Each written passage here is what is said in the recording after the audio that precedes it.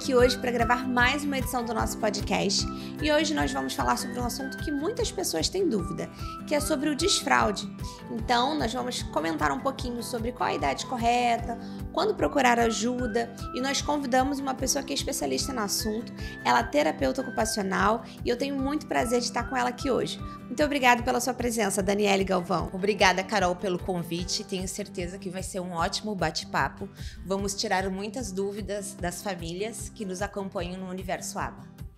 Dani, eu acho que para começar, a gente podia falar um pouco sobre essa questão da idade. Existem muitas dúvidas de quando começar esse processo com a criança, existe uma idade correta, passou de uma idade já é indicado procurar algum profissional? Como é que você consegue explicar isso pra gente?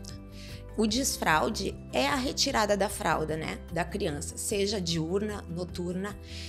Ela faz parte do desenvolvimento, assim como a gente andar, sentar, aprender a falar, ela faz parte do desenvolvimento. E em algum momento essa fralda vai ter que ser retirada, né?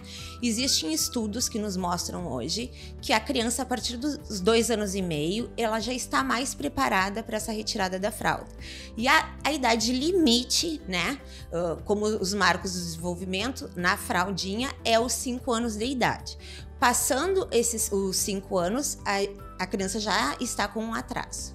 E a gente tem, né, essa média aí entre os 2 anos e meio e os 5 anos, mas tem algumas famílias que se sentem assim, né, preocupadas, ansiosas.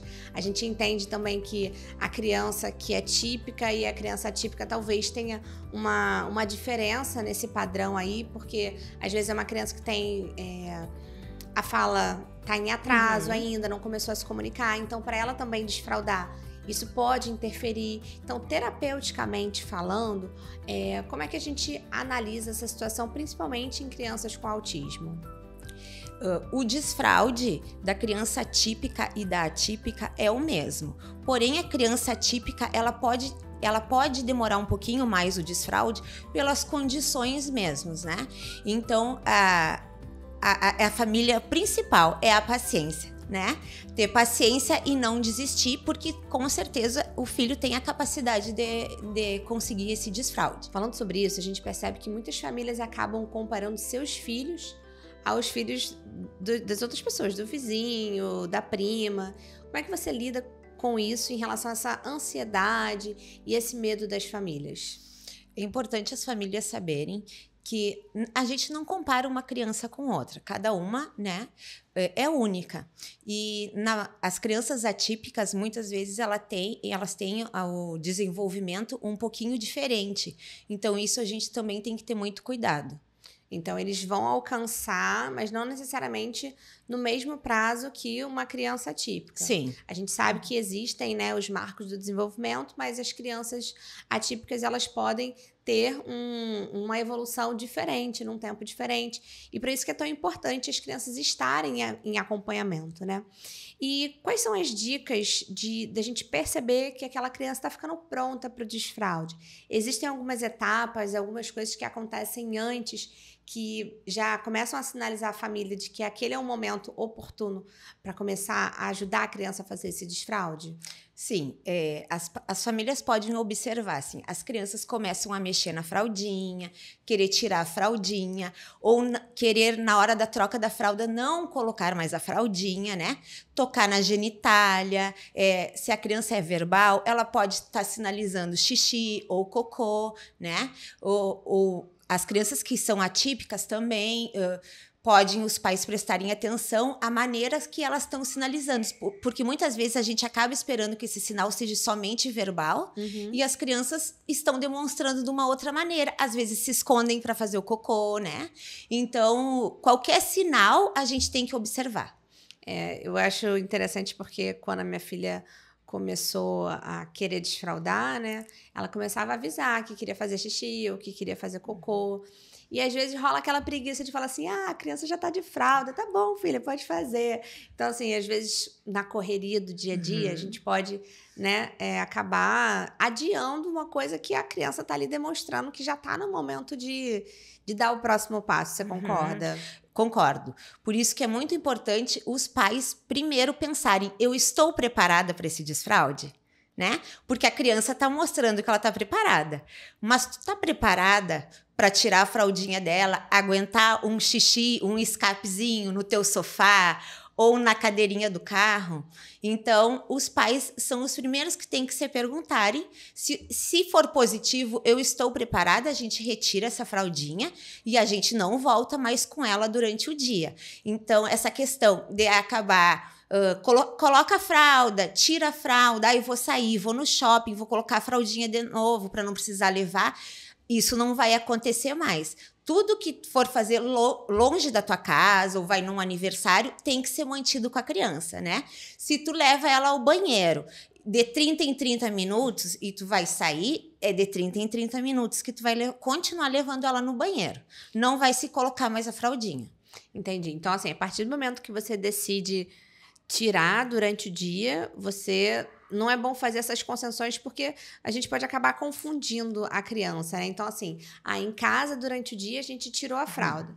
Aí vamos pro shopping. Ai, meu Deus, se ela fizer xixi na calça no shopping, né? Então, a gente já fica, vou botar a fralda para levá-la pro shopping. E isso pode acabar confundindo a criança. Seria mais ou menos nesse sentido? Fica muito confuso, até deles perceberem se a família tá querendo que eles vão ao banheiro ou pode fazer ali na fralda, né? E vai ficando confuso para a criança. E isso vai atrasando mais esse desfraude. Esse para e volta, para e volta. Cada vez que tu volta para esse desfraude, é mais difícil, porque a criança já está confusa.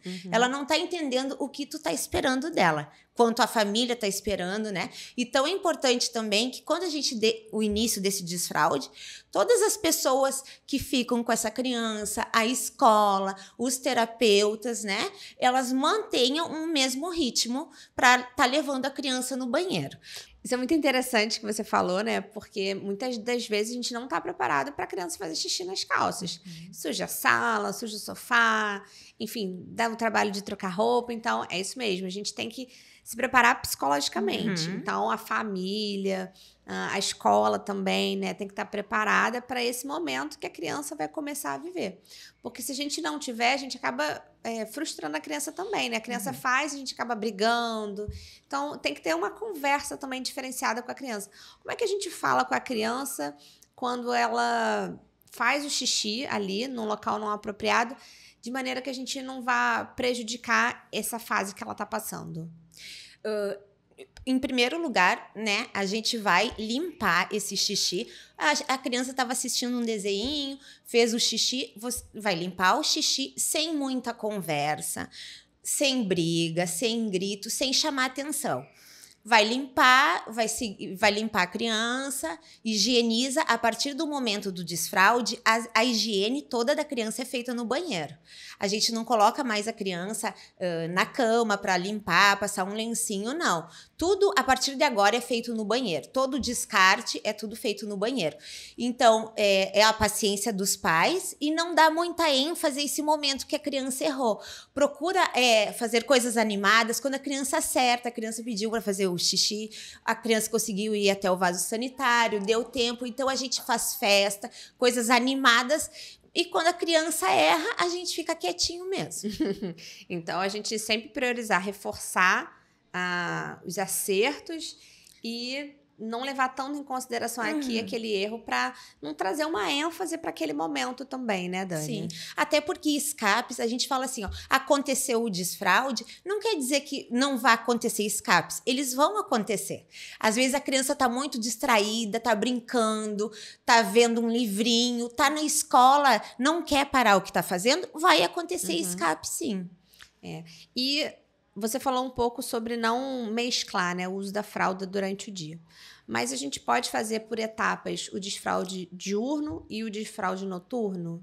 Eu acabo iniciando o desfraude diurno com as famílias até pela facilidade, né, do dia a dia. A família vai, em primeiro lugar, deixar a criança por 2 dias, né, sem a fraldinha em casa, sem nada, já pensando nesse planejamento. Então, a criança vai ficar sem a fraldinha. É importante que a família escreva, tenha um bloquinho, um caderninho que a família possa escrever. o horário que a criança fez xixi, o horário que a criança se alimentou, o horário que a criança ingeriu algum líquido, para a gente ter uma ideia, uma base de tempo, de quanto em quanto tempo a gente vai começar a levar essa criança ao banheiro, tá? Durante a noite, a gente espera a criança dormir. A gente não coloca mais a fralda com a criança acordada. Então, a criança dorme, dá aqueles 30, 40 minutos daquele soninho pesado, vai colocar a fralda. Antes da criança acordar, essa fralda precisa ser retirada. Vamos dizer que a criança acordou e não deu tempo de retirar a fralda. Então, a gente leva a criança para o banheiro e retira essa fralda e descarta, e também não fala muito nessa fralda, né, não dá esse ênfase, e retira a fralda. Importante também que 2 horas antes se diminua o líquido ingerido, né? Porque senão a criança também vai acordar muitas vezes à noite e a família também. Então, a gente dá preferência para a criança não saber que ela vai estar com a fralda durante a noite, para de repente estimular ela. Isso, ela tem que dormir achando que ela não está com fralda, né? Entendi. E também a gente tem que pensar assim, quanto tempo depois eu já não vou precisar mais usar essa fralda noturna, né? Essa fralda noturna, ela vai mantendo com a criança após a criança dormir, porém a criança tem observado que a criança vem acordando com a fraldinha seca. Aí a fraldinha está seca, você espera uns 15 a 20 dias, a fralda se manteve seca, ela já pode ser retirada. É importante lembrar que também existe aquele plástico que coloca no colchão, uma capinha, né? Para não estar estragando o colchão. Essa capinha tem que ser sempre mantida enquanto está acontecendo esse desfraude. E até depois, como eu disse, escapes vão acontecer, né? A gente não pode esperar que desfraudou e que não vai acontecer mais. Tem muitas coisas hoje em dia no mercado que podem estar nos ajudando, né? Por exemplo, o que eu indico? Quando vai sair com a criança, tá no carro, né? Que não vai mais se colocar a fraldinha, a gente usa um tapetinho higiênico dos cachorros, né? Faz aquele forrinho e coloca a criança. Assim como pode ser usado em casa também, quando a criança está sentadinha no sofá, forra, retira aquele forrinho se a criança fizer xixi e tá tudo bem. Eu já vi também no mercado algumas calcinhas e cuecas que são utilizadas para desfraude também, que elas são mais absorventes que uma calcinha convencional. Então, podem ser dicas que vão ajudar a família a passar por essa etapa de uma forma não tão traumática, né? Então, se a gente já pensa previamente como a gente vai lidar com esse momento, eu acho que é mais leve. Então, se você já prepara o colchão, bota um tecido ali que ele não deixa o xixi passar para o colchão. Se a criança fizer xixi, a gente lava o lençol e tá tudo bem. Agora, se a gente não se prepara para esse momento, aquela criança faz xixi, suja o colchão todo, aí aquele estresse, porque a gente não se preparou para aquele momento. Então, às vezes, essa ideia da calcinha absorvente também pode ser interessante, o tapetinho absorvente, essa capa protetora impermeável para o colchão. São coisas que a gente pode fazer que vão auxiliar a família nessa etapa do desfraude. E aí, existem algumas formas lúdicas da gente lidar com isso também, para ir explicando para a criança a importância dela fazer aquela transição? Sim, hoje em dia a gente já tem livrinhos que falam, né, sobre o desfraude, pum, xixi, o que tem dentro da minha fraldinha.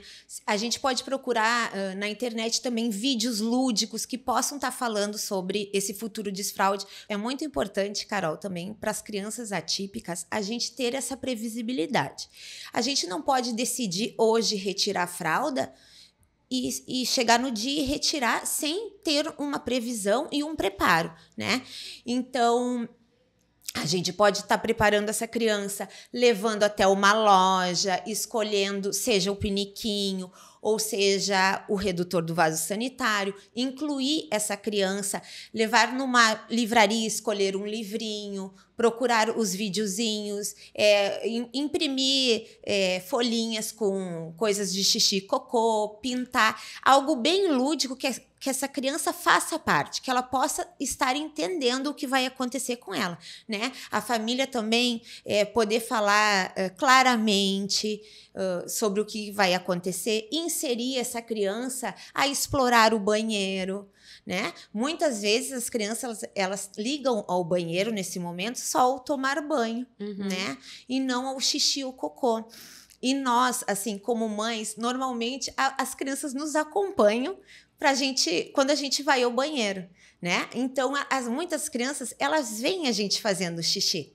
Então, elas já têm essa noção da imitação. Porém, é muito difícil a gente fazer cocô na frente de uma criança. Então, pode acontecer muito da criança não ligar o cocô ao vaso sanitário, né? Tem algumas crianças que elas precisam ainda colocar a fralda para fazer o cocô. Exatamente. Então, o que a gente faz? Eu indico aos pais, retira a fralda da criança dentro do banheiro, coloca o cocô dentro do vaso e sinaliza, tchau cocô, faz uma brincadeirinha, solicita a criança dar a descarga e aos poucos a gente vai mostrando para a criança que o cocô é dentro do vaso. E aí ele faz, então, o cocô, mesmo que ele faça ainda o cocô na fralda, a gente joga esse cocô dentro do vaso e a criança assiste aquele processo, né, que é o processo correto, que é o cocô no vaso indo embora ali pela descarga. E a participação da criança, né? Sempre com a participação deles. Eu gosto muito quando você fala sobre essa parte lúdica, porque quando eu estava passando pelo desfraude com a minha filha, eu percebia que ela gostava muito de ler. E aí eu pensei, vamos ler então no vasinho, né? Ela tinha um horário mais ou menos que ela fazia cocô. Aí eu levava ela pro banheiro, botava ela no vaso, né? Com um redutor de assento. E aí a gente, vamos ler uma historinha. E aí as coisas iam acontecendo, né? Ela fazia o cocô ali no vaso. Então, eu acho que é isso também. Você percebeu o que a criança gosta de fazer e tentar associar, ligar isso com aquele momento, né? Você pode até selecionar um reforçador para essa criança, né? Esse reforçador sempre utilizado só naquele momento e imediatamente. Então, tu fica lá com um ursinho que a criança gosta. Então, a criança conseguiu fazer o xixi ou o cocô no vaso, tu já oferece aquele reforçador, né? E a criança passa a compreender que é muito bom, né? Fazer o xixi e o cocô no vaso, que a família tá feliz. Dani, você falou também sobre o redutor de assento e sobre o pinico. A família pode escolher qual que ela quer utilizar ou você indica algum deles para alguma determinada situação? Isso é muito importante, a criança ser avaliada, né? Depois da avaliação, a gente pode estar indicando para as famílias. O pinico, eu já não indico para as crianças atípicas que têm muita rigidez, porque vai ser muito difícil depois também essa retirada do piniquinho, porque a família não vai poder estar indo nos lugares carregando o piniquinho, né?